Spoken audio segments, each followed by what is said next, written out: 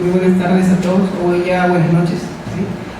Para mí es en realidad un placer compartir un poco de lo que conozco en el tema de leishmaniasis con ustedes, así que para hacerlo dinámico, les voy a pedir que de repente si tienen alguna pregunta mientras voy disertando, que puedan simplemente interrumpir, ¿sí? Y podamos enriquecer más un poco el tema.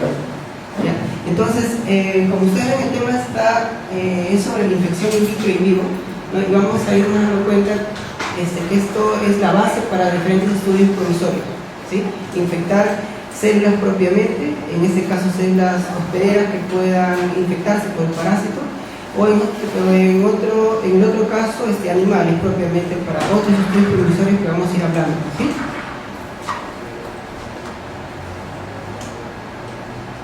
Entonces, para enmarcarnos un poco en el tema, yo les quiero mostrar, no quiero entrar de frente al título del tema de hoy día, sino quiero enmarcarles un poco lo que es la enfermedad y qué otras aristas tiene la enfermedad, ¿no? El parásito es la leishmania, del cual voy a hablar, y es un tripanosomátido, ¿sí? Ese tipo de parásitos tiene algo bien peculiar, y esta familia, este grupo de parásitos, que tiene una mitocondria, un mitocondrión, ¿ya? Excéntrico, es muy grande, ¿sí? Y dentro de este mitocondrión propiamente tenemos una región llamada kinetoplasto. Esto es bien característico de todos los tripanosomáticos, ¿sí?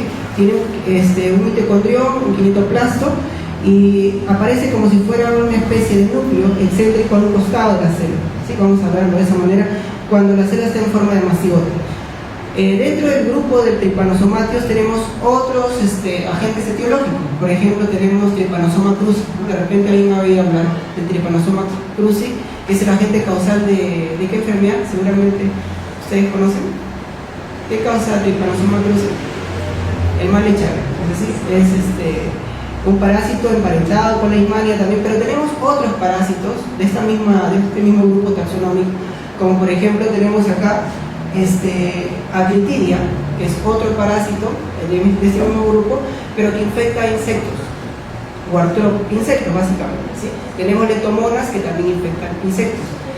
Yo les quiero mostrar esta publicación porque en ese caso se ha reportado de que hay otros tripanosomátidos aparte de leishmania, ¿sí? Y aparte de tripanosoma que pueden infectar a pacientes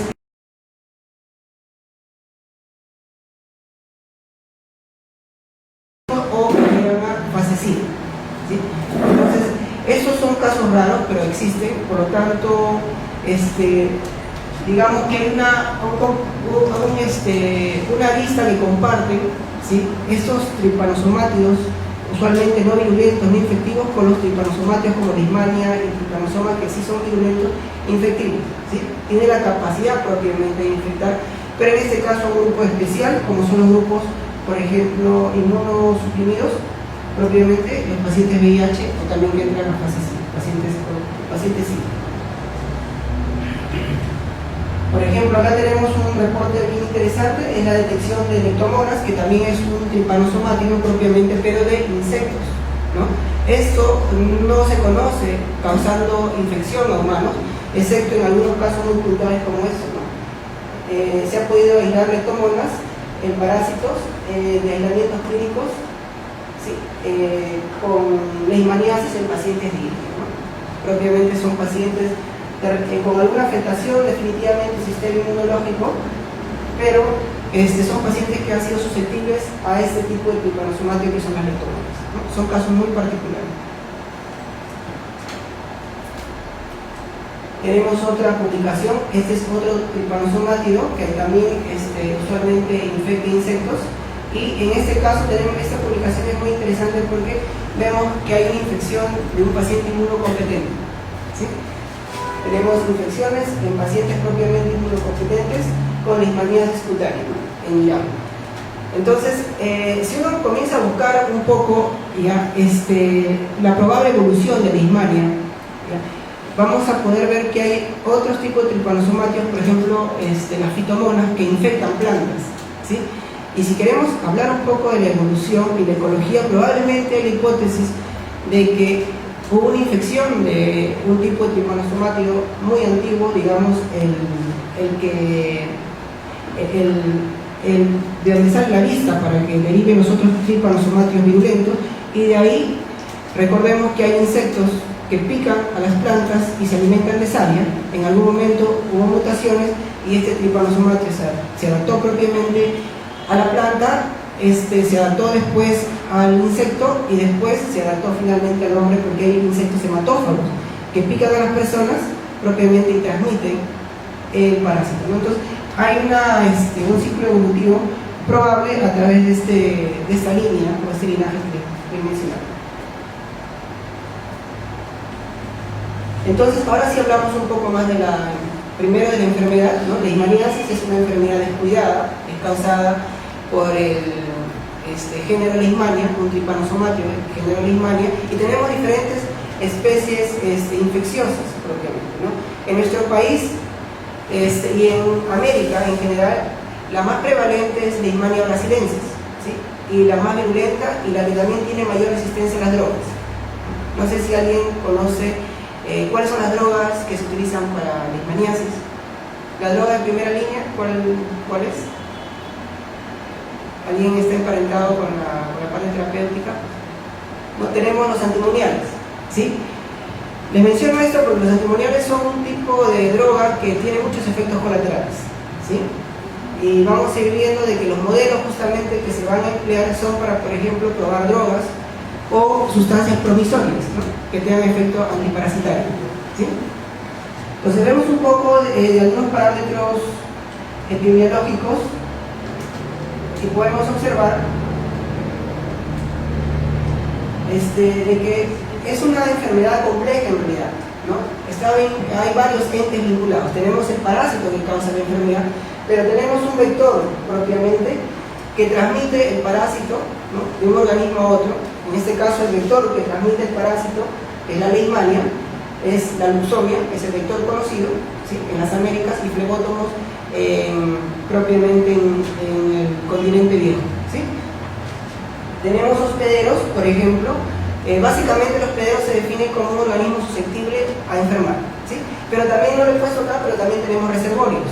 Los reservorios son organismos las cuales tienen el parásito pero no hacen clínica usualmente, ¿sí? Entonces tenemos el parásito, tenemos el vector, tenemos reservorio, tenemos, disculpe, acá había puesto reservorios, tenemos hospederos, ¿no? Entonces es una enfermedad compleja, ¿sí? Entonces, conociendo a veces cada ítem, podemos trabajar en el control de esa enfermedad. Es una enfermedad descuidada. ¿Por qué?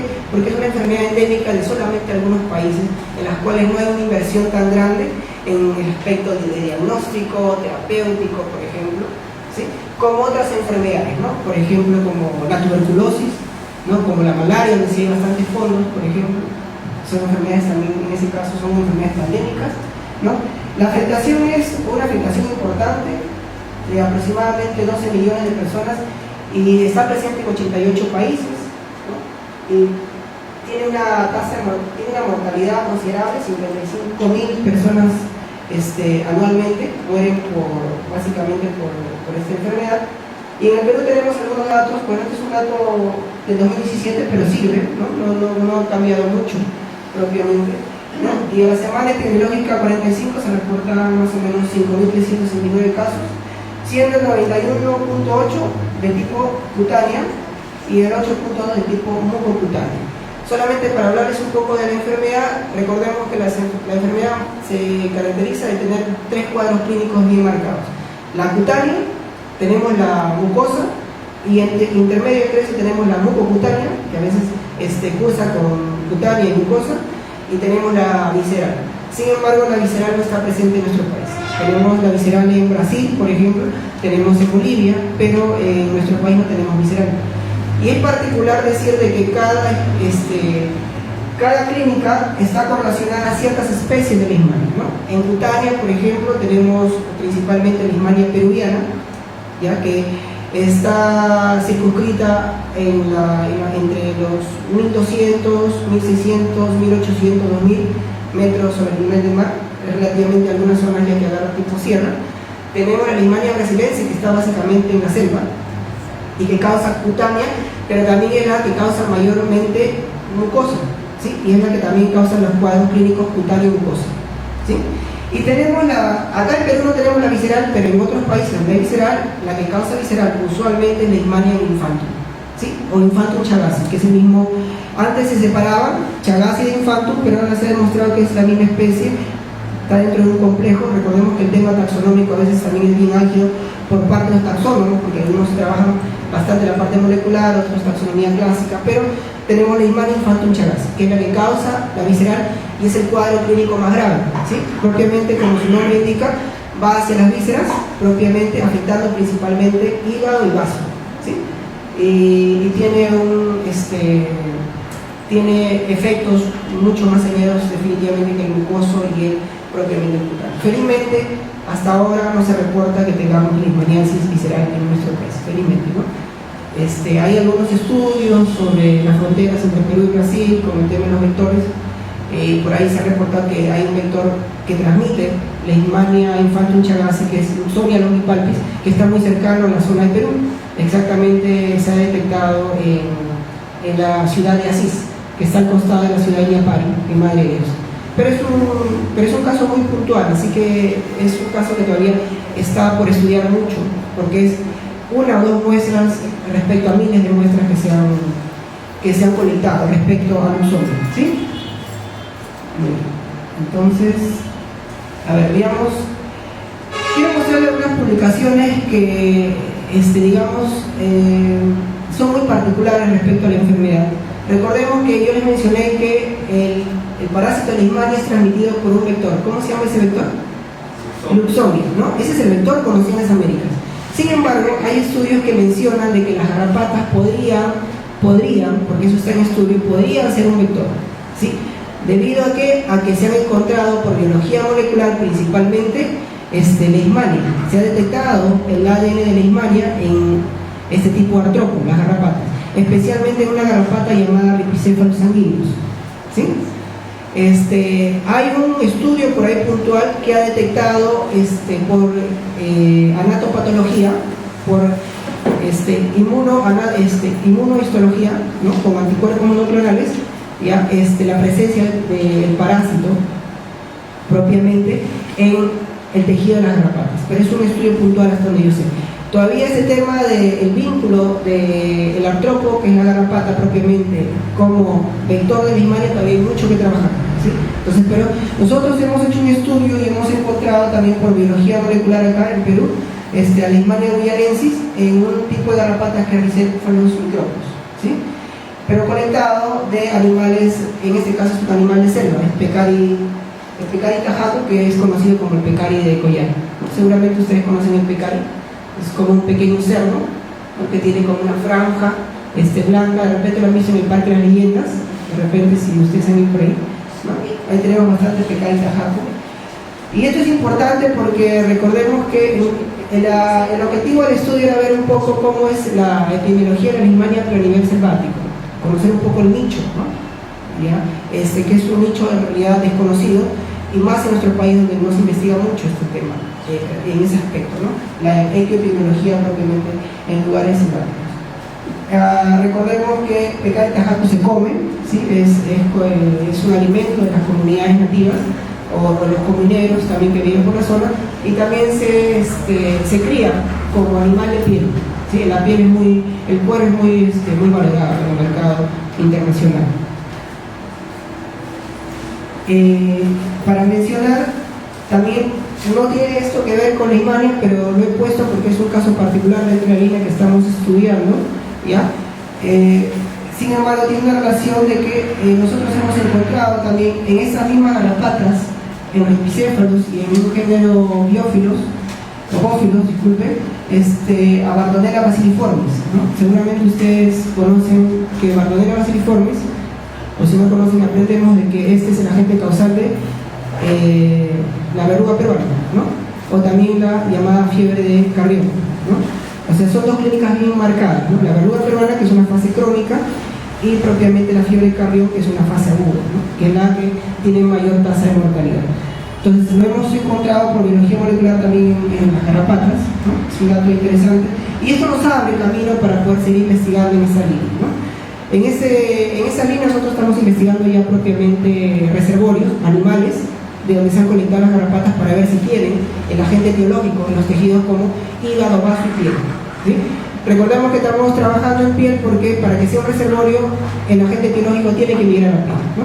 Porque ahí es donde va a picar el vector, y este vector que se contamine tiene que transmitir a través de la contaminación por la picadura en la zona de piel. Entonces, son algunos estudios que estamos realizando para poder un poco profundizar en este tema, ¿sí?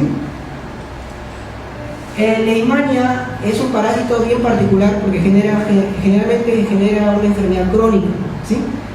Según los reportes, después que te infectas propiamente con el parásito, tiene que pasar entre 1 mes a 6 meses para que se pueda dar en promedio la clínica. Pero tenemos casos muy particulares donde la enfermedad se puede dar después de muchos años, como en este caso, por ejemplo, después de 30 años, ¿sí? Algunos reportan un poco más, pero a veces la data del reporte científico no está bien datada, por lo tanto, este caso en particular, después de 30 años, ya es un cuadro clínico crónico, donde la leishmania está latente y después de 30 años se genera la enfermedad, ¿no? Es algo bien particular para que ustedes tengan un poco esa idea de cuánto tiempo puede estar el parásito en el cuerpo en forma latente, ¿sí? Ahora, recordemos que la leishmania es bien particular. Primero, lo que causa la clínica no es el parásito, sino lo que causa la clínica es el sistema inmunológico de los hospederos, ¿sí? En la intención de matar al parásito, ¿sí? Recordemos también que en la terapéutica, como los antimoniales, como primera línea, y la anfotericina en segunda línea no garantiza cura tampoco, ¿sí? El antimonial es una droga con muchos efectos colaterales, pero no se garantiza de que mate todos los parásitos. Pueden quedar algunos e inclusive pueden quedar en forma latente. Si nosotros vamos viendo la epidemiología, o si trabajamos en campo, o si vamos trabajando en ese campo, vamos a ver que hay mucha recidiva de esta enfermedad. Después que el paciente ya ha tenido el tratamiento y tiene una aparente cura, después de 4, 5 años, 10 años, comienza a haber una recidiva en el mismo lugar, ¿no? Donde estuvo la aparente cura, ¿no? Donde hubo cicatrización. Entonces, les voy mencionando esto porque entonces se nos abre un problema que resolver, ¿sí? Y de ahí tenemos que investigar. Y justamente para investigar utilizamos modelos in vitro y modelos in vivo, ¿sí? Entonces, las formas clínicas, tenemos formas cutáneas como esta, por ejemplo. Esta es una herida limpia, ¿no? Clásica, aunque relativamente clásica, porque a veces la forma clásica se ve bien acá los bordes elevados, ¿sí? Tenemos multifocal, multilesional, como esta, por ejemplo. Tenemos una herida única, relativamente grande. Y esta es una foto que yo he tomado. Todas estas fotos que ustedes ven que no tienen citas, obviamente son histomas. ¿Ya? Y esta es la foto de un joven a la cual se le colocó la leishmanina. No sé si alguien conoce lo que es la leishmanina, ¿no? El efecto es muy parecido a la tuberculina. Es para poder detectar si el paciente está con leishmania, pero tiene ciertas condiciones, ¿no? El paciente no ha tenido que tener leishmaniasis antes porque la respuesta a la leishmanina está mediada por el sistema inmunológico, ¿no? Especialmente celular.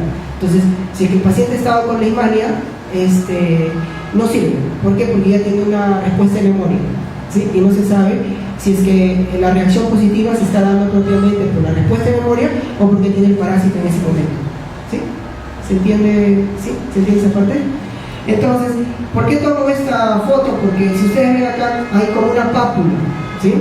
Esa pápula está generada por los antígenos de la leishmanina cuando han sido expuestos al sistema inmunológico. Más bien, la pápula está generada por el sistema inmunológico, ¿sí?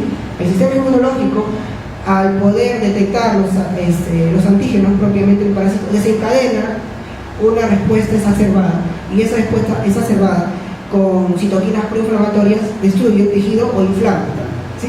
Esta pápula posteriormente se ulcera, pareciera como un pequeño cuadro agudo de leishmaniasis, ¿sí? Estamos mostrando simplemente la reacción inmunológica, ¿sí? Que es la que causa propiamente la clínica, ¿sí? Lo que se ve. Tenemos otras formas.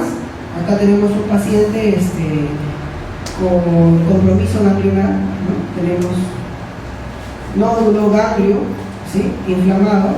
Tenemos la úlcera primaria.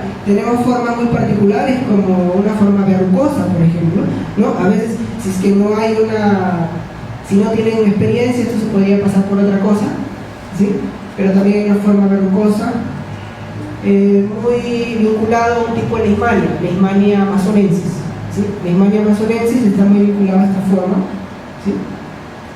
Pero recordemos que la parte clínica no solamente es el parásito, sino también el sistema inmunológico, ¿sí? El sistema inmune y la especie parásito. Entonces ustedes ya también van teniendo la idea de la importancia de identificar el parásito, ¿no? La especie, por eso es que también se trabaja en estudio de identificación de la especie, porque es provisorio de que con esa especie se genere tal clínica, ¿no? Entonces, ¿cuál especie, por ejemplo, es la que tiene mayor implicancia en destrucción de tejidos? La brasilensis, y la que si no se cura va a migrar a vía mucosa, y la que en el futuro me va a realizar una leishmaniasis mucosa, ¿no? Y la leishmaniasis mucosa es mucho más compleja y destruye más tejido que la leishmaniasis cutánea, y es más complejo curarla, porque la dosis cambia, aumenta propiamente, ¿sí? Y la falla terapéutica también aumenta. Y recordemos que la leishmania brasilensis también está relacionada a falla terapéutica, a los antimoniales. Entonces, de ahí la importancia también de identificar y conocer la especie. Bueno, y acá tienen ustedes una lesión propiamente ya de cura, ¿sí? Entonces, tenemos lesiones tan graves como esta, por ejemplo, ¿no? Tenemos lesiones donde el sistema inmunológico desencadena una respuesta muy exacerbada, pero no solamente al parásito. ¿Qué puede haber pasado acá? A ver, ¿me pueden ustedes apoyar?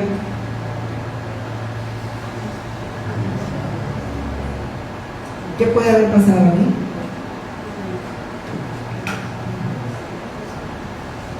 Recordemos que cuando se genera una úlcera, ¿qué pasa en esa úlcera? Digamos, la úlcera está séptica. No, hay una sobreagregación de agentes, ¿no es así? Entonces, eso es lo que va pasando, ¿no? Acá tenemos, este paciente ha tenido una sobreagregación de agentes como bacterias y hongos, ¿no? El agente principal que ha comenzado la injuria ulcerativa, la injuria del tejido tisular ha sido la leishmania. Sin embargo, recordemos que si no hay la limpieza, la asepsia, el tratamiento, se va sobreagregando infección, ¿sí? Tenemos que tener mucho cuidado. Y esto es un caso muy particular porque es una persona inmunocompetente de acá, de nuestro país, de una zona endémica, que al final ha terminado de muerte, ¿no? ¿Ya? Por un shock séptico propiamente, ¿ya?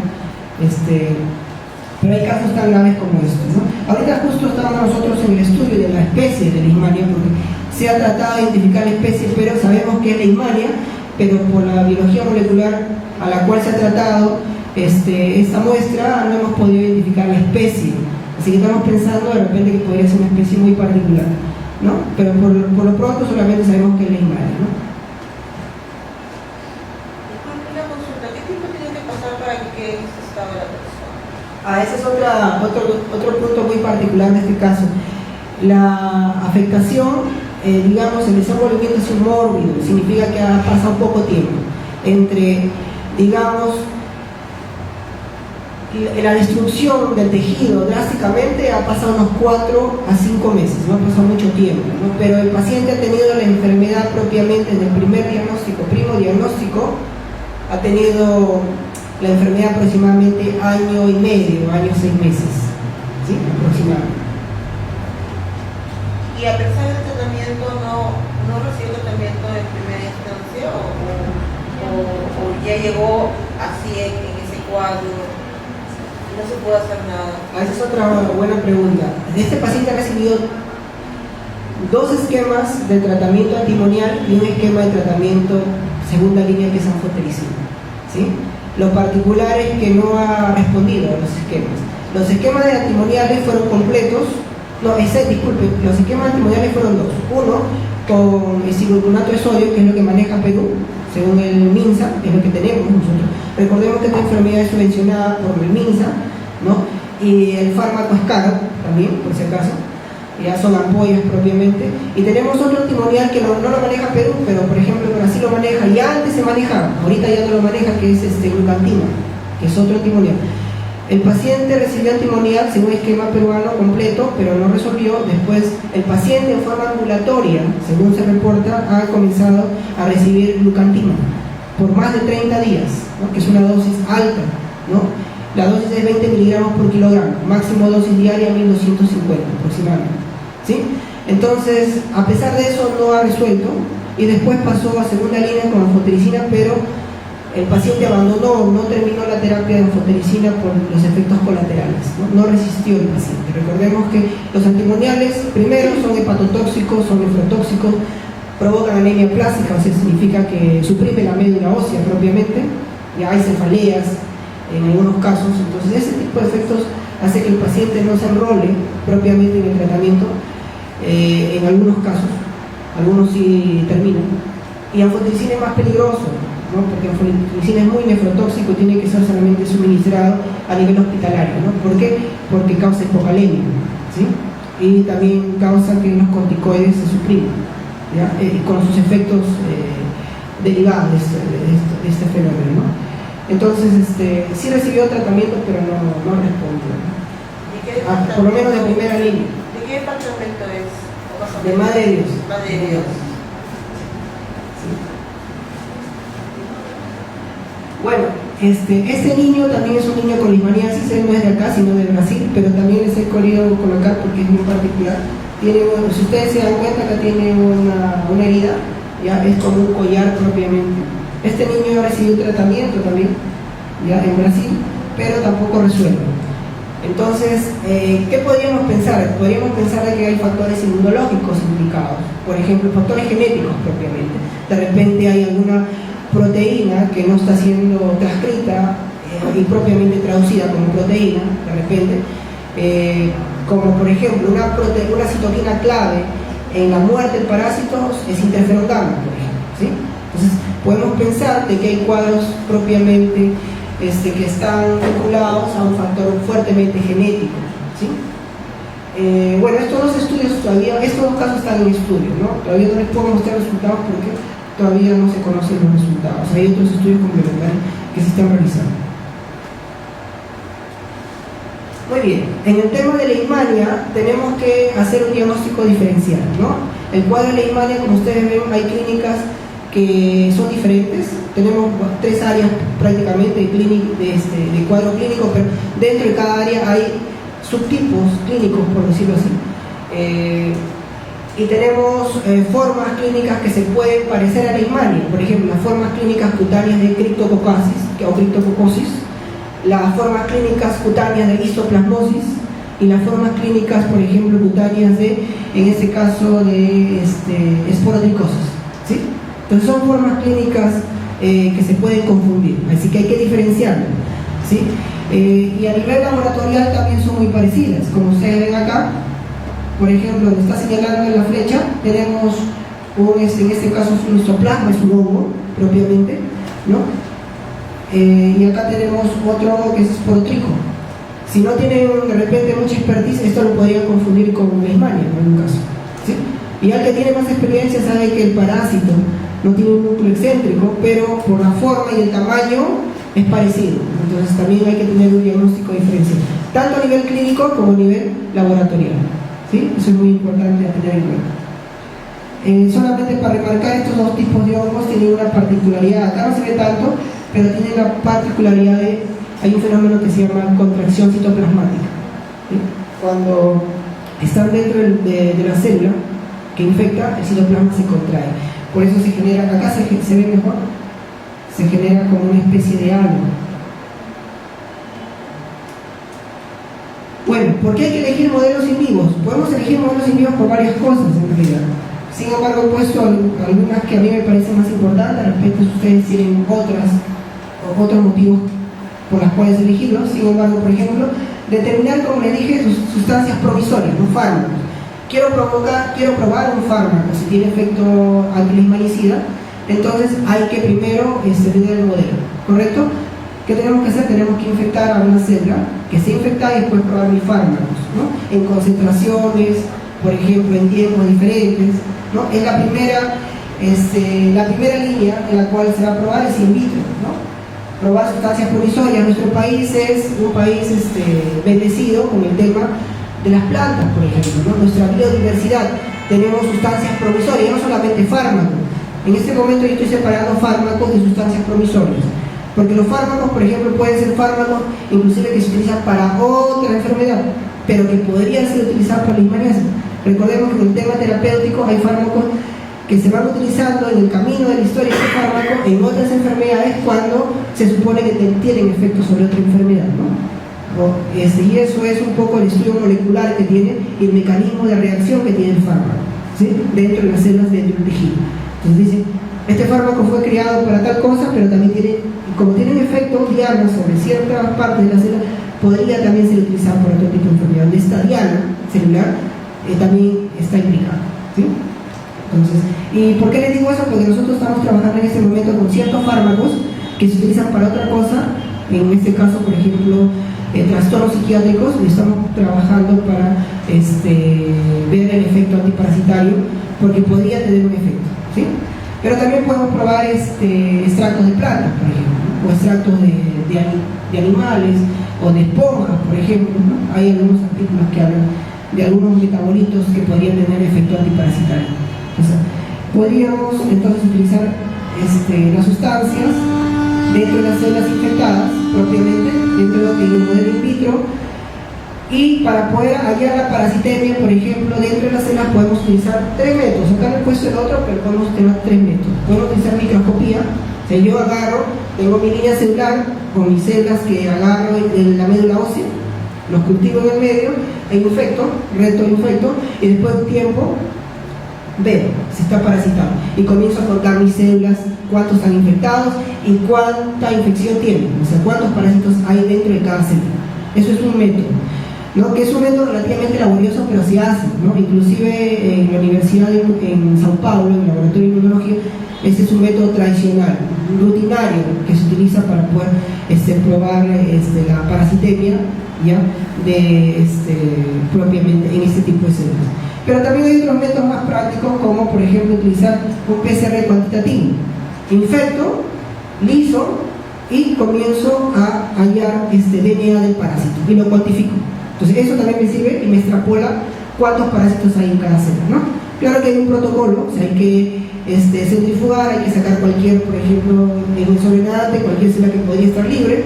Ahora, si solamente tengo mi línea celular infectada, hago el protocolo de lisis, ¿sí? Utilizo mis primers, hago el qPCR y cuantifico, ¿sí? Ese es otro método. Es más caro, pero es más práctico, ¿no? Y puede ser más sensible respecto a conocer los datos reales de parasitemia.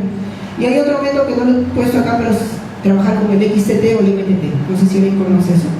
Es un método que utiliza colorimetría, ¿no? Infecto propiamente y después utilizo una sustancia que infecto liso a la célula hospedera, ¿ya? Y después coloco la sustancia para poder, esa sustancia tiene un efecto de cambiar de color cuando está frente a la célula parasitaria, y entonces en función al color yo puedo decir hay tanta cantidad de células parasitarias o tanta cantidad de parásitos, ¿no? Es utilizando el relativo del MTT o el XCT, ¿sí? También es práctico, también un poco más caro que el método microscópico, pero se puede utilizar, ¿sí? ¿Para qué puedo utilizar en este caso el modelo in vitro? Por ejemplo, para estudiar moléculas vacunales o moléculas promisorias de vacunas, ¿no? Cuando infecto, puedo ver, por ejemplo, qué proteínas, qué moléculas pueden estar siendo secretadas por el parásito, ¿ya? O en el proceso de infección, qué moléculas puede estar secretando el parásito en el proceso propiamente de entrada a la célula hospedera, ¿sí? Y poder utilizarlas esas como algunas moléculas provisorias de vacuna, por ejemplo, ¿sí? Otro motivo para poder estudiar in vitro, por ejemplo, puedo estudiar sustancias, pero ya no secretadas propiamente por la célula parasitaria, sino por la célula que está recibiendo el parásito, o sea, la célula hospedera, ¿sí? El macrófago, cuando se infecta, responde a nivel inmunológico, ¿sí? Entonces, por ejemplo, si responde a través de una citoquina, por ejemplo, a través de interferón gamma, con una cantidad peculiar, yo digo, cuando el macrófago está infectado con leishmania, responde cualitativamente con esta citoquina. Estoy solamente poniendo una citoquina, pero puedo poner un pool de citoquina, y con una cantidad de secreción, de transcripción y traducción propiamente de esta proteína. Entonces puedo hallar un patrón cualitativo y cuantitativo que me determine infección, ¿no? ¿Y por qué es importante? Porque eso se podría utilizar en estudios, por ejemplo, de infección, donde todavía no hay clínica. detección de la enfermedad, no de la enfermedad, detección de la infección, ¿no?, en forma temprana. Y eso es importante si es sumamente importante, ¿no? Pero para eso necesito, por ejemplo, estudiar, ¿no?, qué moléculas son sintetizadas propiamente cuando las células se infectan con el parásito. El modelo in vivo, por ejemplo, una de las cosas que se hace mucho con el modelo in vivo es mantener la virulencia, ¿no? Ustedes de repente trabajan con bacterias, ¿no?, o también con parásitos, pero en bacterias, por ejemplo, habrán escuchado de repente más que en parásitos, que cuando se cultiva in vitro una cepa una y otra vez, ¿qué pasa? ¿Qué es lo que pasa cuando se cultiva in vitro una y otra vez? ¿Es el mismo repique de la célula una y otra vez? Pierde la virulencia, ¿correcto? ¿Sí? Igual pasa con el parásito. Si nosotros utilizamos, por ejemplo, el parásito de un cultivo in vitro para poder infectar a un animal, lo más probable es que lo infecte, porque ha perdido la virulencia. Entonces, para poder tener mi modelo in vivo necesito, o para infectar propiamente mis células, necesito de que sea un parásito que lo estoy sacando de un tejido animal, ¿sí? Por lo tanto, estos parásitos que están en el tejido animal son los que presentan la virulencia propiamente. Para mantener mi virulencia siempre tengo que tener un animal infectado, sea un modelo u otro, sea por ejemplo ratón o sea hámster, ¿sí? Entonces, una de las cosas de suma importancia para hacer mis modelos in vivo es mantener la virulencia de mis parásitos. Otro, por ejemplo, conocer la fisiopatología propiamente y en vivo. Ya estamos pasando al segundo nivel, primero in vitro, pero ahora estamos viendo in vivo, ¿no? Cómo responde el parásito frente a la reacción inmunológica y cómo responde la célula hospedera, ¿no?, qué citoquina secreta, por ejemplo, o si están, por ejemplo, vinculadas a ciertas hormonas. Por ejemplo, en Sao Paulo se está trabajando con ciertas, cómo el parásito está modulando ciertas hormonas. Hay una hormona parecida a la insulina y esa hormona está implicada en que el sistema inmunológico se deprime. Entonces ya estamos hablando de una interacción parásito, por ejemplo, célula hospedera, ¿no?, o animal propiamente, sistema inmunológico animal. ¿Qué más podemos hacer con el modelo en vivo? Probar fármacos, ¿no?, provisorios. ¿Podemos probar fármacos acá? Claro, pero podemos probar la segunda fase. Si funciona acá, sería utilizar modelos in vivo, ¿correcto? Porque estos están más cerca al humano, ¿no? Estamos extrapolando. Recordemos que nosotros utilizamos estos modelos para poder tratar de extrapolar. ¿Por qué queremos al final? Curar humanos, ¿no es así? Entonces queremos un modelo lo que sea más real, digamos, al humano. En este caso puede ser ratón o puede ser hámster, ¿no? O puede ser primate, pero primate ya es otro tema, ¿sí? Eso ya requiere otro tipo de laboratorios, otro comité ético, otra infraestructura y otra cantidad de dinero, que es otra cosa, ¿sí? Usualmente los modelos en vivos para probar fármacos son en hámster o en ratón. Muy bien, ¿cuáles son los problemas que a veces se dan en las infecciones in vitro y in vivo, o sea, en los modelos in vivo y in vitro, ¿no? Tenemos algunos problemas como contaminaciones por bacterias y hongos, especialmente en las personas que comienzan esa parte, es muy usual, contaminación por bacterias y hongos, ¿sí? ¿Por qué? Porque el medio en el cual están las células es un medio muy rico, muy enriquecido, ¿sí? Tenemos medios Schneider que tienen inclusive suero bovino fetal, ¿ya?, que es una sustancia muy rica en la cual proliferan muchas bacterias, y también hongos. Tenemos contaminaciones, a veces inclusive la penicilina, la streptomicina que se utiliza no funciona bien porque hay bacterias que parece que no son muy sensibles a estas drogas. Utilizamos a veces amicacina con buen resultado, por lo menos nosotros estamos teniendo buenos resultados con amicacina cuando ha habido contaminación. También hay hongos, especialmente las levaduras, contaminan nuestros cultivos, utilizamos terminafina, ¿no? Tenemos el problema, por ejemplo, de infectividad propiamente, ¿no? Cuando queremos y retamos a la célula, al macrófago, con el parásito, a veces no es infectivo el parásito. Ya les dije por qué a veces, porque estamos utilizando un parásito cultivado in vitro, ha perdido la virulencia.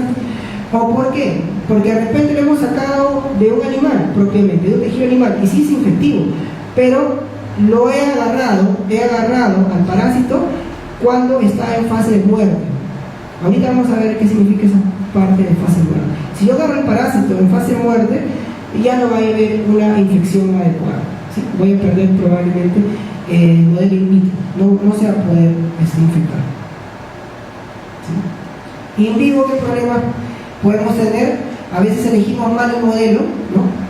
Hay ratones que tienen resistencia natural a especies de Leishmania, Entonces a veces yo digo, voy a utilizar ratón porque cuesta más barato, ¿no? Para esta especie de leishmania, pero ese ratón tiene una respuesta inmunológica que mata esa especie de leishmania. Por ejemplo, es conocido que el ratón Balsec es resistente a Leishmania brasilensis. Entonces no podría utilizar Leishmania brasilensis para infectar ratones Balsec, ¿no? Para infectar ratones Balsec usualmente se utiliza, se infecta con Leishmania mayur, por ejemplo, Peruviana da buenos resultados con ratones Balsec, pero para infectar con brasilensis, por ejemplo, el hámster da buenos resultados. Igual Infantum, usualmente hámster, ¿no? Infantum y brasilensis visceraliza en hámster, ¿sí? Y el ratón, por ejemplo, Peruviana mayur, provoca lesión localizada, ¿sí? Cutánea. Bueno, en todo caso, a veces uno de los problemas es la ignorancia de conocer el modelo animal adecuado, por ejemplo, ¿sí? O recuerden los problemas que tenemos en vivo, también la pérdida de virulencia del parásito. Cuando estoy cogiendo un parásito que no tiene virulencia, por ejemplo, es un parásito in vitro, no va a infectar el modelo, ¿sí? No va a infectar el organismo. Hasta ahí, ahora sí vamos a entrar a unas pequeñas muestras de las infecciones. No sé si hay alguna consulta. ¿Ha quedado relativamente claro? ¿Sí? ¿O hay alguna consulta? ¿Sí? ¿Se ha entendido? Sí. Una consulta con respecto al modelo y a las infecciones que presentan las fotografías. Los niños, las fotos son de peruanos, ¿verdad? No, la foto del niño, la última foto del niño es el niño es brasileño. Los demás sí son peruanos.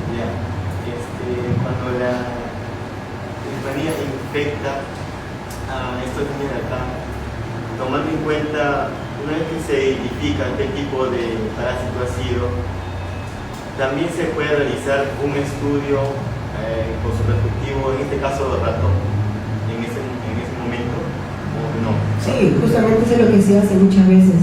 Cuando se identifica, se saca una biopsia. Sí. Y esa biopsia se mantiene en solución salina estéril o en medio de cultivo con antibióticos, o solución salina estéril con antibióticos, y se hace un triturado y se pasa a medio de cultivo. ¿Sí? Generalmente puede ser medio de cultivo M199, que es más barato que el Schneider, pero si queremos asegurarnos, por ejemplo, de que haya replicación de parásitos, puede ser Schneider. ¿Y qué tan efectivo es ya usar el método en el caso que se tiene el paciente para recuperar la salud del paciente? Usualmente se usa ese método inmediatamente cuando se identifica la infección del paciente. ¿Y qué tan efectivo es usar siempre este método? ¿O hay simplemente se identifica y se realiza la terapia? Claro, por ejemplo, ¿para qué utilizamos el cultivo, en este caso in vitro? ¿No? Podemos detectar el parásito de diferentes formas. Uno de ellos, por ejemplo, tener el tejido, se saca la biopsia y se pasa para biología molecular. Por biología molecular ya puede identificar la especie propiamente, pero otra parte se pasa para cultivarlo, ¿no? ¿Por qué? Porque de repente si es que hay pocos parásitos, esa es una buena pregunta porque tenemos que ver, ahí hay algunas aristas respecto al diagnóstico. La mejor temporada para poder detectar al parásito en una lesión es entre que infecta al mes, ¿no? 3 semanas, 4 semanas. ¿Por qué? Porque ahí está la mayor parasitemia.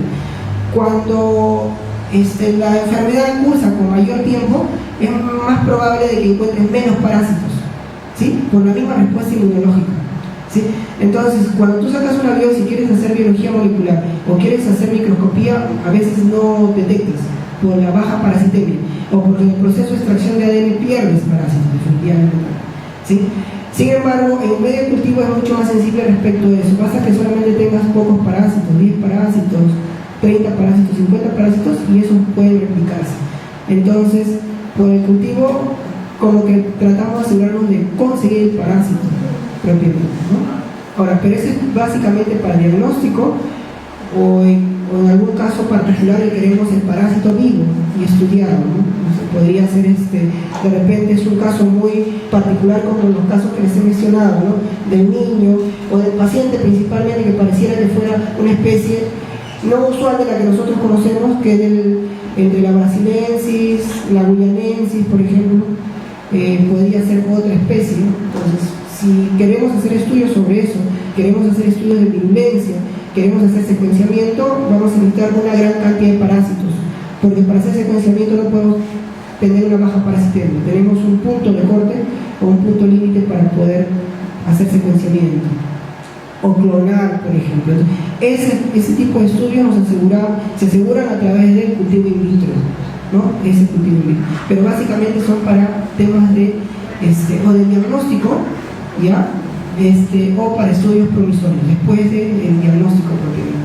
Pero tenemos que tener en cuenta que el cultivo puede demorar, ¿no? La biología molecular es más rápida, por ejemplo, en un mismo día puedes tener la respuesta.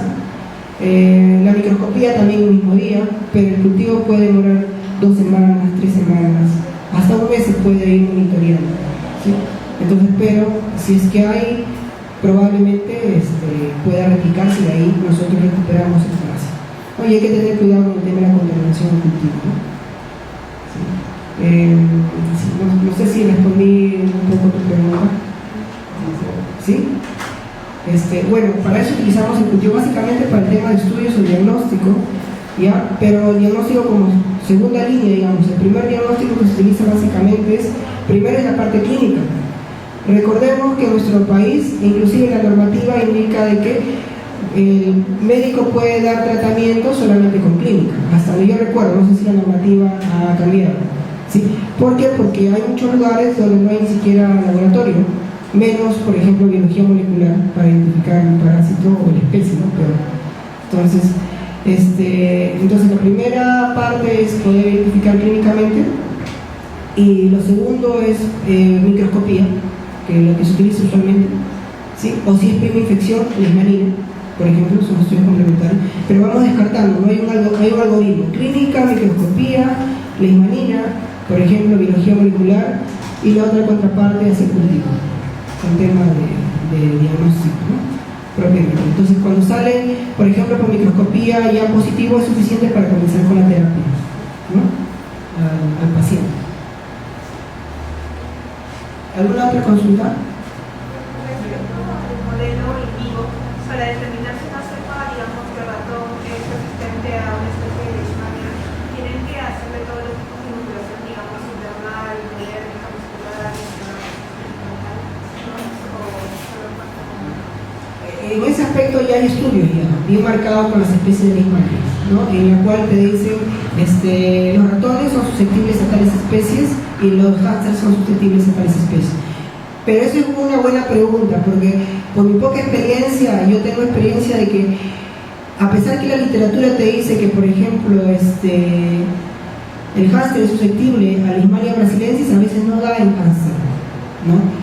Y de ahí viene la importancia de estandarizar, que es lo que les voy a mostrar más adelante. Es importante estandarizar cada especie de parásito con cada experimento, sea enfrentando a células in vitro o enfrentando a animales, ¿sí? Pero por lo menos con la literatura ya tienes un punto de comienzo para saber en qué tipo de animales quieres tú provocar infección respecto a una especie en particular, ¿sí?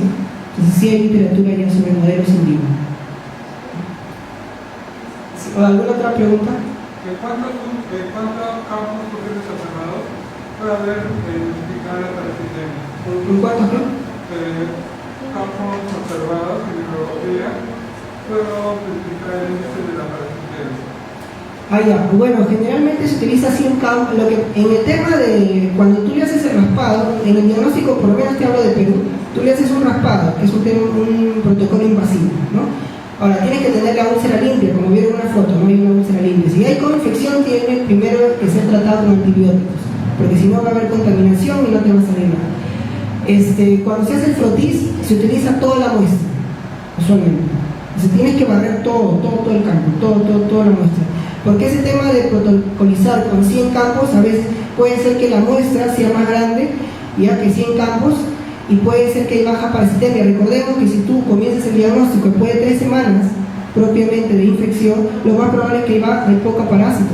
Y puedes ver en toda la microscopía 1 parásito, 2 parásitos, 3 parásitos. Entonces, ahí no hay un protocolo de campos exactamente para diagnóstico, más sí para poder identificar parasitemia in vitro, y eso lo voy a mencionar más adelante, pero son 300 campos 300 campos que tienes que tener por cultivo. ¿Sí? 300 campos, y vas a contar ahí los parásitos que hay en cada célula, y vas a contar también las células infectadas. ¿Sí? Son dos cosas que se cuentan: la infección propiamente, y eso me indica la virulencia que tiene el parásito, y después la parasitemia, o sea, los parásitos dentro de la célula, que me indica la respuesta inmunológica de las células PD. Son dos parámetros, pero eso es para temas in vitro. Para temas de diagnóstico tienes que evaluar todo el campo. ¿Sí te respondí? ¿Alguna otra consulta? ¿Sí? Ya, bueno, entonces vamos a continuar. Solamente son algunas fotos básicas. Tenemos acá una línea celular. Comencemos con infección in vitro. En este caso yo estoy mostrando una célula que utilicé, que es la línea RAO, que es una línea murina, o sea, de ratón. ¿Sí? Se utiliza bastante. Es una línea que va a derivar a macrófago, y hay algo siempre bien particular en macrófagos. Los macrófagos emiten pseudópodos, como ustedes ven, y estos justamente son pseudópodos que está emitiendo el macrófago y están pegándose a la placa. ¿Sí? Estos pseudópodos, recordemos que los macrófagos son bien particulares porque se pegan a la placa. ¿Sí? Quedan pegados, a la base propiamente. ¿Sí? En este caso, como es línea celular, no importa, pero les menciono esto porque a veces nosotros sacamos propiamente, obtenemos macrófagos de médula ósea, y en médula ósea no todos van a derivar a macrófagos. Entonces va a haber células que están sobrenadando, ¿no? Entonces tenemos que agarrar, centrifugar, sacar sobrenadante, y nos quedamos con las células que están pegadas a la matriz, ¿no? Entonces de ahí ya tenemos nuestro macrófago. Pero en este caso es más fácil porque es una línea celular, ¿no? Tenemos la línea celular RAO, es una línea murina, y hay que hacer primero una curva de parasitemia para poder ver en qué día yo voy a agarrar mi parásito y lo voy a enfrentar propiamente a la línea. ¿Sí? Entonces, ¿para qué? Para elegir el pico de crecimiento. ¿Dónde yo voy a, cómo yo voy a escoger el día? Donde haya la mayor parasitemia, ahí yo agarro, escojo ese día, saco mi alícuota y la que enfrento a mi línea celular, ¿correcto? Entonces, usualmente, por ejemplo, como patrón, tenemos que, la literatura nos dice que hay que tener un patrón de 5 por 10 a la 6, por ejemplo, parásitos, en este caso de Leishmania, ¿ya? De Brasilensis por mililitro, y hay que enfrentarlo propiamente a 5 por 10 a la 5 células propiamente, ¿no? Células en las cuales se van a enfrentar. Acá he puesto macrófago, ¿no? Acá son macrófago, la línea RAO. Si ustedes se dan cuenta, es una proporción de 1 en 10, ¿no? Entonces la proporción de parásitos sobre las células que va a enfrentar son 1 en 10, o sea, 10 parásitos por célula, ¿sí? Es una proporción. Entonces partimos con esa teoría, y hay que elegir la línea celular. No puedo utilizar la línea RAO, o puedo utilizar una línea humana, que es la TPH, por ejemplo, ¿sí? Si yo quiero extrapolar más a humano, puedo utilizar la TPH, pero si quiero comenzar, puedo utilizar la RAO, que es una línea celular muy resistente, ¿sí? Entonces, después de eso, disculpen, antes de infectar propiamente, el caso que le mencionaba, hay que hacer nuestra curva de parasitemia. Ahora, esta curva de parasitemia es para cada especie, recuerden, ¿no? Si ustedes van a hacer esto, no se confíen. No vayan a decir, yo he visto esa exposición, y para brasilenses, yo ya sé que tengo que agarrar el 4º día porque hice pico. No. Cada especie es diferente, por eso tienen que estandarizar, ¿sí? Por si acaso, yo he visto que brasilenses que crecen acá, esta es su mayor curva parasitémica y acá ya están muriendo. Si usted agarraría acá, estaría agarrando en fase muerta, o casi no hay parásitos, y ahí no va a infectar, ¿no? Pues tienen que hacer su curva de parasitemia, ¿sí? En este caso, por ejemplo, es al 4º día y tengo 40 por 10 a la 6. Ahí agarro e infecto, ¿no? En este caso, con un número de células, propiamente la línea RAO de 1 en 10, ¿no? Propiamente. Entonces, si es 40, por ejemplo, es 40 por 10 a la 6, el otro será, la línea celular tiene que estar en proporción de 40 por 10 a la 5, ¿no? Porque es 1 en 10, ¿correcto? Entonces hay que siempre hacer nuestra curva de parasitemia, elegir el pico de crecimiento, y en este caso, por ejemplo, para brasileños utilizamos mucho Snyder, ¿no? Brasileños a veces es un poco fastidioso para crecer, entonces utilizamos este tipo de medio, Snyder, que es un medio más rico, más suplementado que el otro medio que les pongo acá, que es el M199, que es utilizado muchas veces para infantos, ¿no? Que es el que provoca la leishmaniasis visceral, ¿no? El agente causal de leishmaniasis visceral. Bueno, esto es básicamente lo que se hace allá en Sao Paulo, ¿no? Acá no se trabaja mucho con infanto porque no tenemos infanto acá. Pero, por ejemplo, a veces se trabaja N199 con Leishmania amazonensis, por ejemplo, ¿no? O puede ser también peruviana. Y para las células, en este caso, en líneas celulares utilizamos medio RPM, ¿sí? Para líneas murinas, humanas. También podemos utilizar, por si acaso, los macrófagos de la médula ósea del ratón, ¿no? Se crían los ratones, se les sacrifica, se les saca en este caso, se les saca el fémur, ¿sí? Y con una jeringa de tuberculina se pasa, justo pasa por el medio, del hueso, donde está la médula ósea, y podemos colectar, ¿sí? Médula ósea. Y hay algo bien interesante, no sé si lo he colocado acá, pero a ver.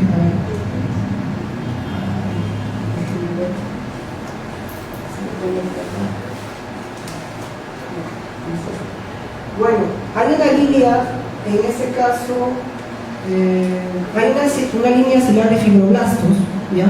Que no lo utilizamos para que sean infectadas por Leishmania, pero utilizamos el sobrenadante de esta línea celular de fibroblasto para hacer que las células de la médula ósea maduren en macrófago, ¿sí? No es acá, pero a mí los comparto porque me parece muy interesante, ¿no? Eso nos vuelve a indicar que la maduración de una célula siempre tiene que ver con el microambiente, con el entorno en el cual está. Va a haber citoquinas o propiamente hormonas o otro tipo de moléculas o grupos de molecular que van a determinar la especiación. Eso se utiliza mucho, por ejemplo, en trasplante, ¿no? Por ejemplo, el trasplante de médula ósea se ha visto que resulta mayor éxito cuando tú trasplantas la médula, pero con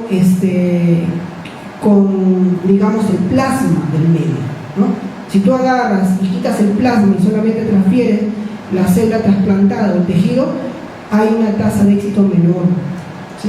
Entonces, y obviamente esa es la biología, ¿no? Esa hermosura en la cual nos dice justamente la célula se va a ir diferenciando en función al medio en la que está. Hay cierto microambiente que va a diferenciar una y otro tipo de célula. Bueno, solamente les comentaba como algo peculiar, ¿no? Bueno, de ahí ya tenemos propiamente la infección. Acá vemos una infección directa al microscopio.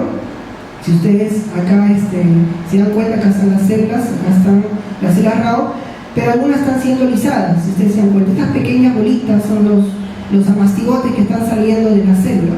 ¿Sí? Acá lo vemos más claro, ¿no? Tenemos un macrófago y acá hay un proceso lítico, ¿no? Tenemos los amastigotes saliendo de la célula, ¿sí? Esto es aproximadamente 24 horas. Con Leishmania brasilensis, cuando comienza a infectar, en 6 horas ya se ha visto que ya hay infección, por si acaso, ¿no? Pero yo estoy tomando una foto a las 24 horas. Si nosotros lo tenemos, lo vemos más claro, ¿no? Tenemos acá justamente los macrófagos, hay un proceso lítico, ¿sí? Vemos al macrófago que está siendo lisado, y también vemos, por ejemplo, bastante parasitemia, ¿no? Vemos el macrófago muy infectado, ¿no? Son cuatro áreas. Ahí vemos la gran cantidad de parásitos que tiene el macrófago, los macrófagos en general, ¿sí? Acá parece un proceso de fagocitosis, de inserción del parásito propiamente, ¿no? Y este es a las 96 horas. Yo he extrapolado los tiempos, ¿no? Usualmente se utiliza un día, 2 días, pero yo utilizaba más días para ver el fenómeno celular. En este caso son básicamente fotos que he tomado para poder ver el fenómeno que está ocurriendo a nivel celular, y por lo menos nos ha llamado la atención este fenómeno que se ve acá. No sé qué pueden ustedes decir sobre esto que ustedes están viendo a nivel celular. ¿Cuál es la diferencia, ¿no? Marcada con la otra fase? ¿Alguien me puede dar alguna idea de qué es lo que está pasando acá? ¿Cuál? ¿Se va qué? Ya se puede ir multiplicando aquí el parásito, la célula mamífera, la célula RAO o el parásito. ¿Qué estaría pasando ahí? ¿Qué es lo que ven? Si yo les pongo una foto y le digo, a ver, dame tu opinión a nivel celular, ¿qué está pasando? ¿Qué me dicen?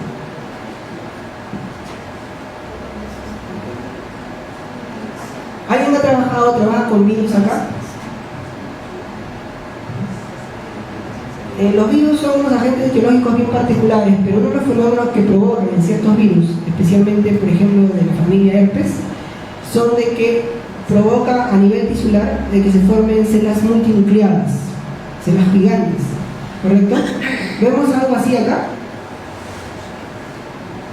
¿No? Miren acá las células individuales bien infectadas, ¿correcto? ¿Y cómo lo vemos acá? Vemos células que parece que se han fusionado, ¿correcto? Este es un fenómeno que nos ha llamado la atención y es algo que, dependiendo de lo que estemos haciendo, porque ahorita, dependiendo de nuestros proyectos y esas cosas, podemos tomar iniciativa en ver exactamente qué es lo que está pasando acá. ¿Sí? Dependiendo de la especie, esto no se ve con cualquier especie de Leishmania, pero en el caso de Leishmania brasiliensis, con la cepa que yo he probado, genera esto. ¿Sí? Entonces vemos propiamente células multinucleadas gigantes, ¿no? Con vacuolas muy grandes, vemos el parásito acá, ¿no? Y la vacuola, ¿no? Muy grande, ¿sí?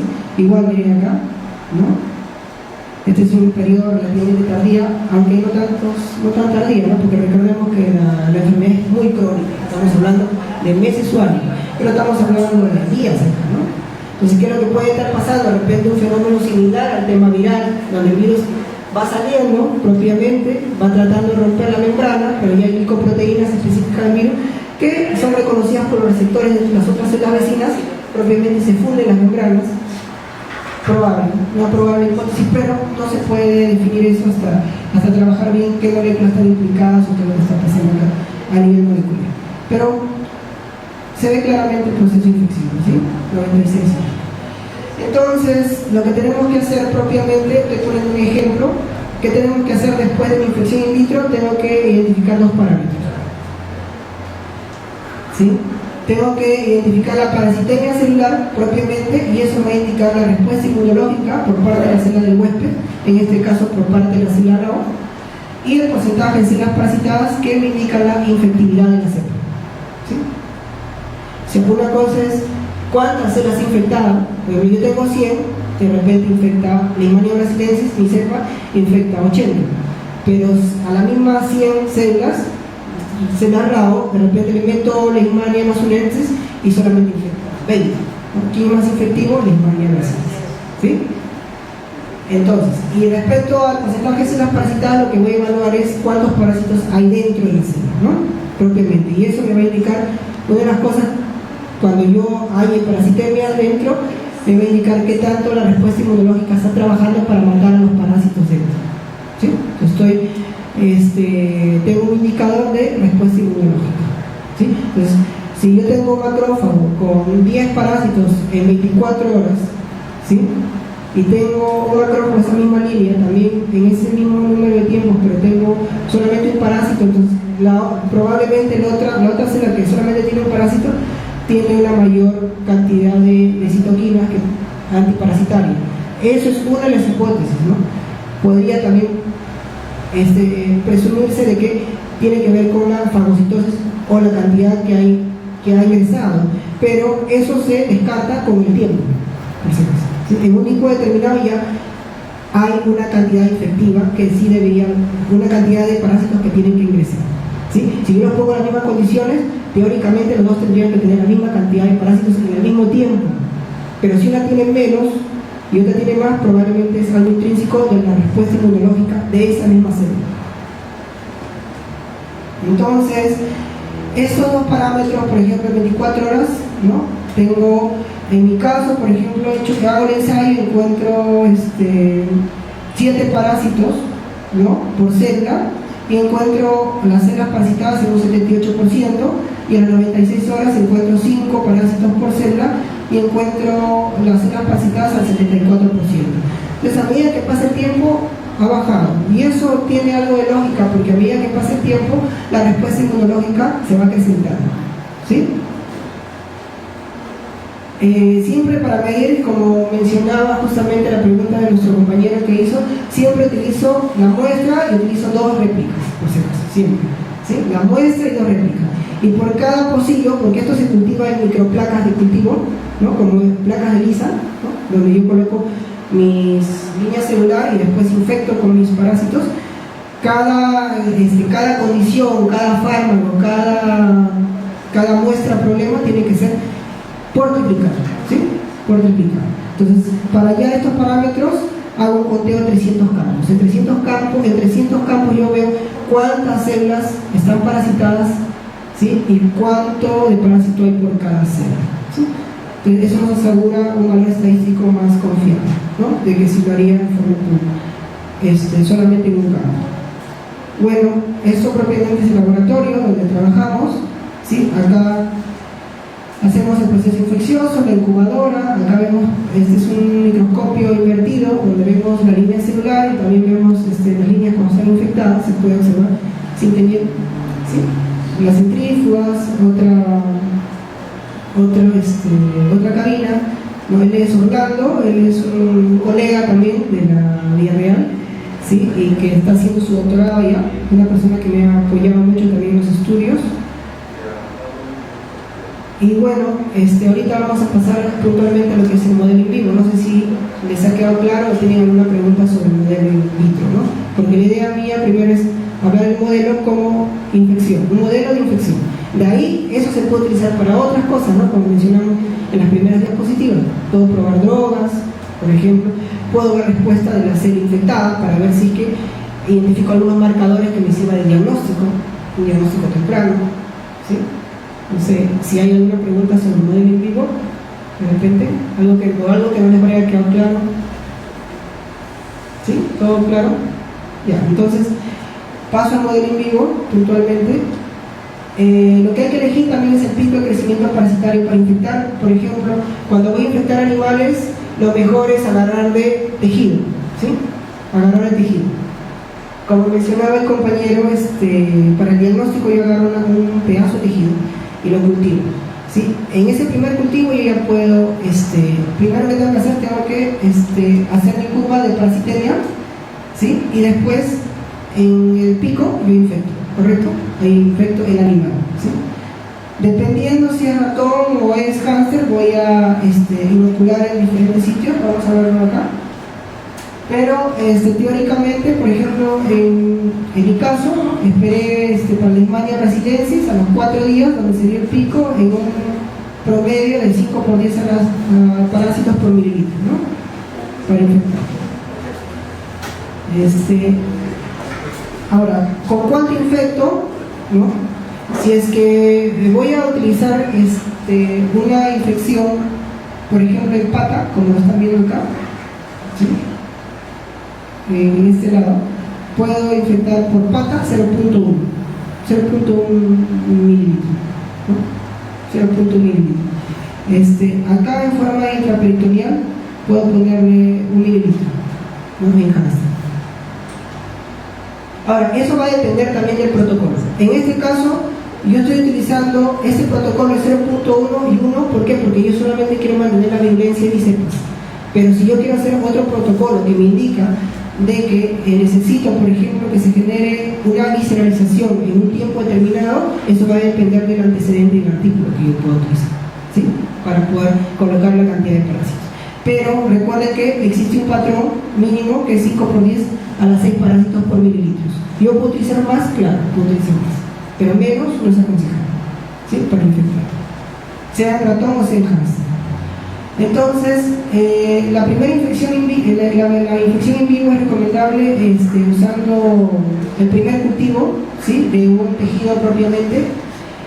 Y acá, como ustedes ven, para hámster se utiliza, para hámster se infecta con Leishmania infantil y brasiliensis, visceralizan ambos, por si acaso. Y la clínica, por ejemplo, en el hámster visceraliza, pero no provoca una clínica externa, ¿no? Pero ¿cómo lo puedo ver la clínica o cómo puedo ver que está enfermo? Es inapetente el animal, se deja de mover, la piel, digamos, cuando uno agarra el animal y está sano, la piel está muy pegada al músculo, muy pegada al cuerpo, pero después cuando va enfermando va adelgazando y por lo tanto la piel uno lo agarra y se estira más, ¿no? Es algo característico. Baja de peso, inapetencia, aproximadamente para Leishmania infantum es a las 3 semanas ya se ve esta clínica y se puede, si ya se ve la clínica se sacrifica el animal, ¿ya? Y para el ratón balcé, la clínica se puede observar al mes, ¿no? En este caso hay una inoculación a nivel de la pata para el ratoncito y en este caso intraperitoneal para el hámster. Muy bien, después que están infectados, si nosotros vemos la clínica propiamente, sea visceralización en hámster o sea localizado en ratón, yo tengo que sacrificarlos. En el ratón puede ser dislocación cervical, ¿sí? Pero en hámster se está utilizando CO2, ¿no? Se pone al animal en una pequeña campana, se inyecta CO2 y ahí, a través de ese método se muere, ¿no? Es menos digamos,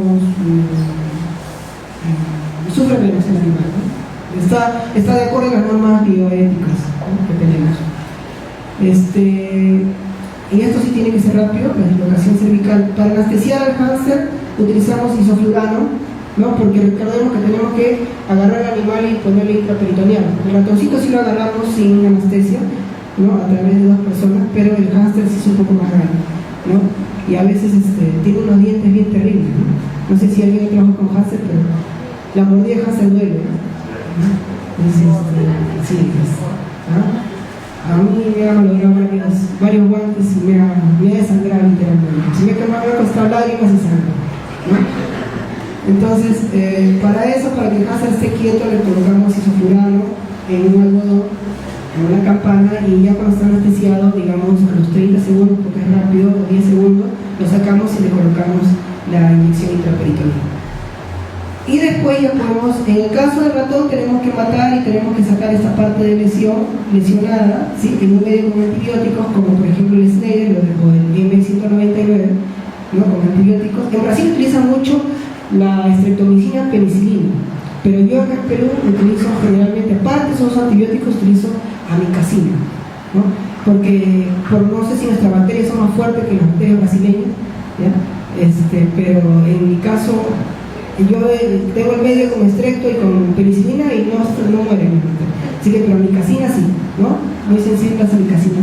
Hemos tenido bacterias, bacilos principalmente, bacilos, ¿no? Bacilos. Ahorita no recuerdo la especie de bacilos, pero sí hemos tenido bastante contaminación por bacilos. En el caso del hámster, para después que está muerto, el corte es a nivel, solamente estoy poniendo un ejemplo acá, imagínense que este es el hámster, el corte es a nivel dorsal, en esta parte, ¿sí? Se corta por acá y se saca el vaso, ¿no? Yo antes, por ejemplo, lo hacía de forma ventral, ¿no?, pero la forma ventral es más difícil y además contamina más, porque tienes que sacar los intestinos, tienes que buscar el vaso y eso es más tiempo, más complejo, contamina, ¿sí? Y las primeras veces yo, en vez de sacar el vaso, sacaba, creo que el estómago, ¿no? Y finalmente no era vaso. Ahora, en el caso del hámster, cuando infecta se genera la escleromegalia, ¿no? El vaso es grande, se nota, es bien marcado, es un vaso grande, ¿sí? Cuando no te infecta el vaso es relativamente mucho más pequeño.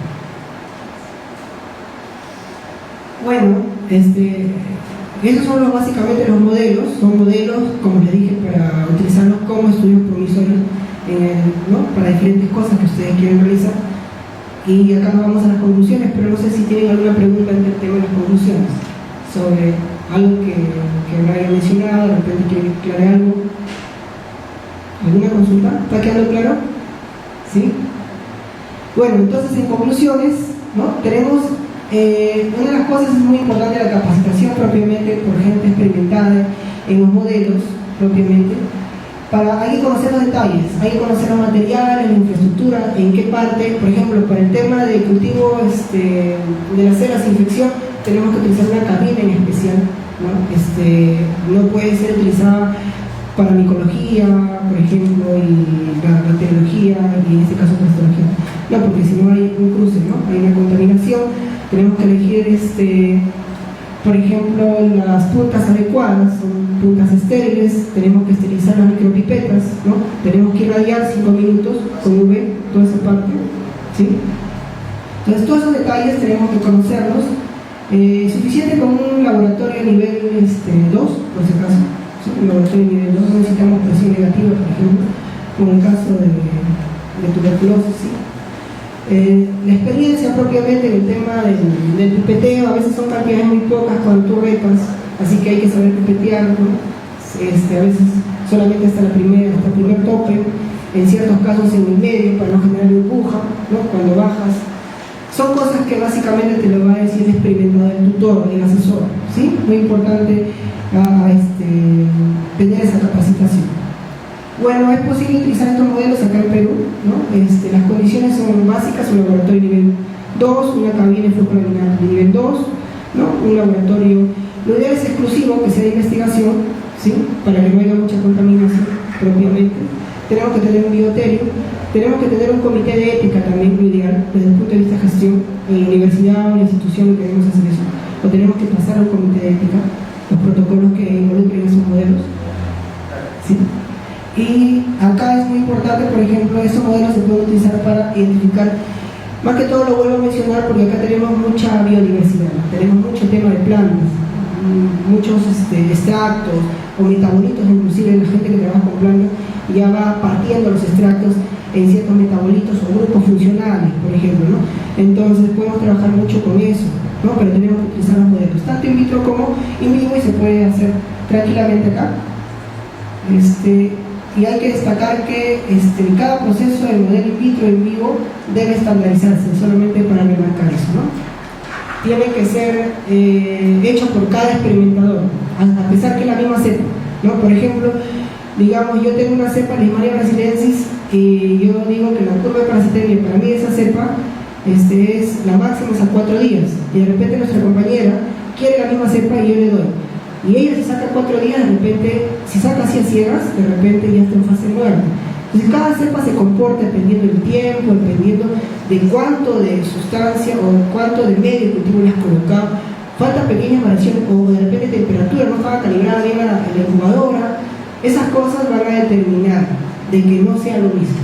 Entonces cada proceso tiene que estandarizarse, ¿sí? Para cada especie de Leishmania, ¿sí?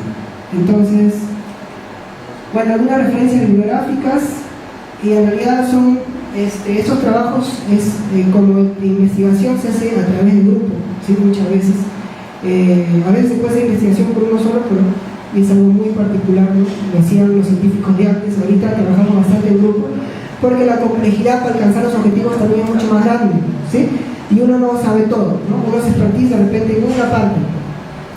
Y agradecer a todo mi grupo de acá de Sao Paulo, que me ha apoyado. Es un grupo grande, en realidad son los que directamente me han apoyado en los trabajos, incluso me siguen apoyando en algunos trabajos en ese momento, partiendo por la doctora Giro, que es la jefa del laboratorio de inmunología del Instituto de Medicina Tropical en Sao Paulo, en la Facultad de Medicina.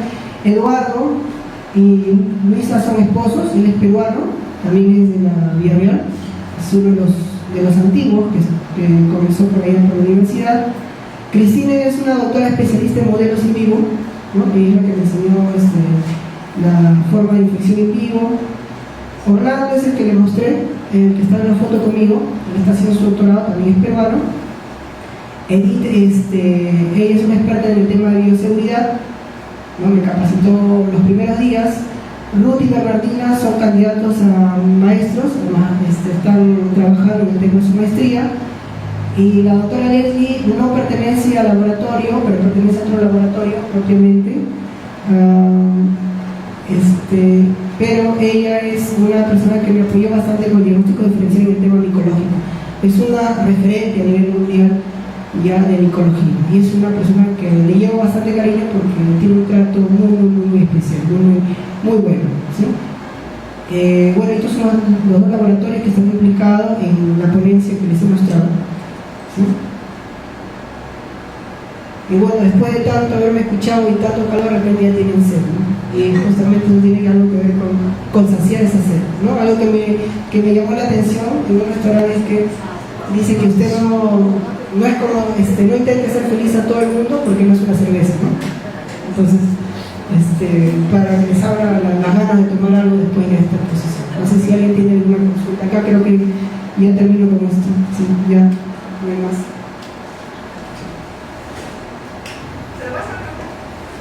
Hay una diapositiva, no sé si puedes acceder, donde está la fotografía del roedor. Esa es ahí. ¿En cuánto tiempo aparecieron los síntomas? Creo que eso lo mencionó tanto para el cáncer como para el roedor, porque se supone que al haberlo inoculado en la patita el tiempo varía y en el otro era peritoneal. Ah, sí, buena pregunta. En este caso, La sí. anterior. Ah, ya, pero la clínica se ve acá está la infección, Ahí. pero acá no observas la clínica. O sea, acá recién está infectado. Acá recién se está haciendo el proceso de infección. Donde se observa la clínica es buena acotación porque me salté esta parte. ¿Ya? Y este es el ratón, ¿no? Si ustedes ven, acá ya hay una injuria, hay una inflamación a nivel de la pata. En este lado está la flecha y en este lado, es la pata derecha, ¿no? La clínica comienza a aparecer, como les mencionaba, en el ratón en este caso fue las 3 semanas, ¿okay? Entre 3 semanas a 4, ¿sí? La clínica, ¿sí? Este es un ratón ya con una clínica aproximadamente de un mes, 4 semanas, ¿no? Post-inoculación, ¿sí? Y en este caso, acá vemos ya una foto del tejido del vaso, del Hansen, y este es el Hansen. Si ustedes ven ya las células del vaso están parasitadas. Acá tenemos algunos apastigotes, ¿sí? El Hansen se sacrificó también al mes. Porque ya tenía la clínica, ¿no? Hubo inapetencia, había disminuido de peso, ¿sí? ¿Sí? ¿Alguna otra consulta? ¿Hay alguna diferenciación que están haciendo entre la leishmaniasis visceral y el agestamiento? Porque no está mostrando tanto la visceral como la cutánea. Y lo que está mostrando son las parasitosis en vaso, que sería la visceral y la cutánea, de hecho los cortes de la cutánea. Bueno, sí se tiene, pero no están las fotos acá del tejido, de la cutánea. En este caso, para cutánea, se ha infectado con Leishmania mayo, ¿no? Que causa leishmaniasis cutánea. Y en este caso, se ha infectado con Leishmania infantum, ¿no? Pero en realidad mayo tiene el mismo patrón desde el punto de vista patológico como los patrones de otras leishmanias que causan leishmaniasis cutánea, ¿no? Que básicamente es infiltrado linfo-histoplasmocitario, ¿sí? Tenemos destrucción del área donde se encuentran los parásitos por las citoquinas proinflamatorias, porque tenemos también una producción aparte de interferón gamma, tenemos por ejemplo factor de necrosis tumoral que participa bastante en el tema de destrucción. Inclusive hay un fármaco que se utiliza para suprimir el factor de necrosis tumoral, ¿sí? Y ese fármaco es la pentoxifilina, que es un fármaco que se utiliza ahorita en coautoría, o sea, junto a los antimoniales, cuando hay falla terapéutica por solamente la antimonial, ¿sí? Entonces básicamente se ve un tejido con infiltración linfo-histoplasmocitaria, en algunos casos puede generarse un tejido granulomatoso propiamente. Eso es básicamente de leishmania, en este caso mayo o peruviana, que causa, ¿no? Alguna fisiopatología a nivel tisular cutáneo.